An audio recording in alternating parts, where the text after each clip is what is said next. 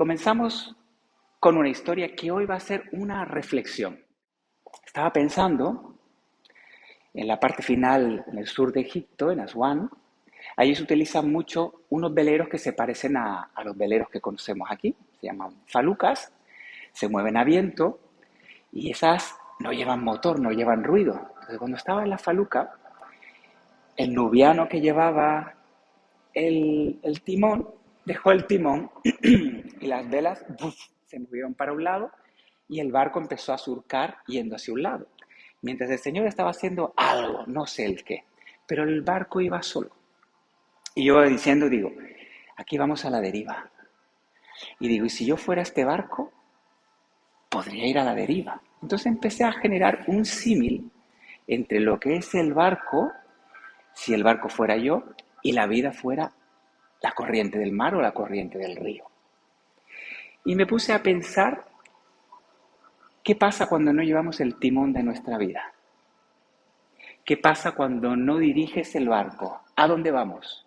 ¿Me puede ayudar alguien? ¿A dónde va el barco cuando no llevas timón? A la deriva. Pregúntate por un instante, ¿a dónde va el barco de tu vida? ¿Tiene destino? ¿Han reflexionado alguna vez sobre el destino que tiene tu vida? El propósito o la misión que le pones a tu vida, ¿hacia dónde va orientada? ¿Dónde va a estar Dara en 5 años? ¿Dónde va a estar Nina en 10 años? ¿Dónde van a estar las Eugenias en 8 años? La respuesta que tenemos que dar es, no lo sabemos.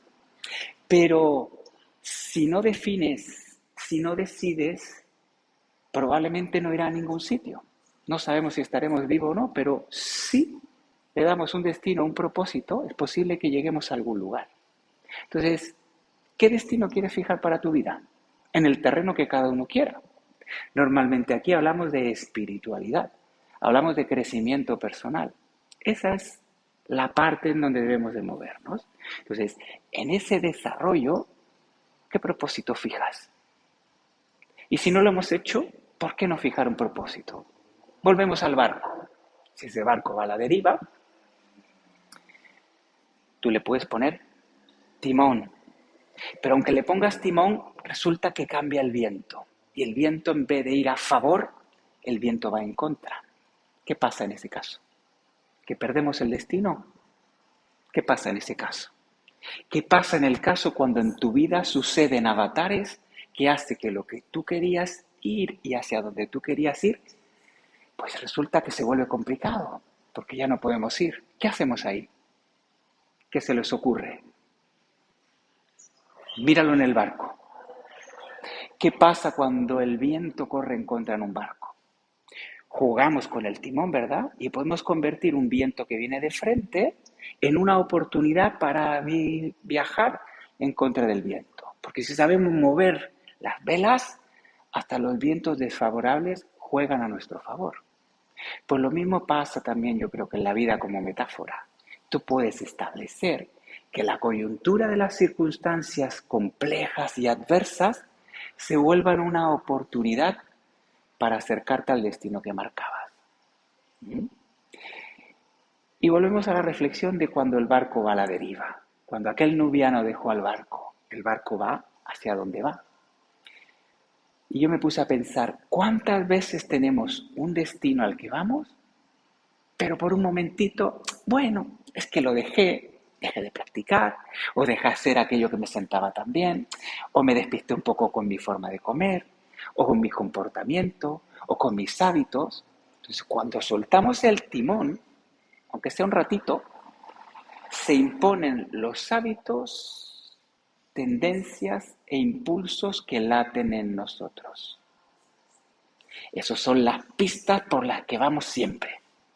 Entonces, cuando no controlas el barco, esa deriva te lleva siempre en el sentido de la corriente, en el sentido de la corriente interna de lo que es nuestras paradigmas, nuestras filosofías. Entonces, esta reflexión viene muy bien porque por cada segundo que no vives con conciencia, la corriente tira de ti. Qué chungo, ¿no? Si lo pensamos de esa manera, ¿A quién le da ganas de olvidarse de llevar el timón de su vida? Supongo que a nadie. Pues créeme que cada vez que tú no estás participando de construir el destino al que quieres ir, la corriente te lleva. Y hay veces que es una deriva, calma, pero hay veces que cuando te das cuenta ha sido una corriente que no quieres y es más complicado salir de ahí. Eso sucede cada vez que perdemos el clic de la atención. Y ahí es donde ya enlazamos con lo que tiene que ver con el yoga. En yoga cultivamos estados de presencia perenne. Buscamos ser dueños del momento, de cada momento. Entonces, dada esta reflexión en una faluca allí en Egipto, a mí me encantaría que se quedaran con esa frase. Cada momento donde tú no estás consciente, el destino decide por ti. ¿Vale? O el karma, lo puedes llamar como a ti te guste. ¿Ok?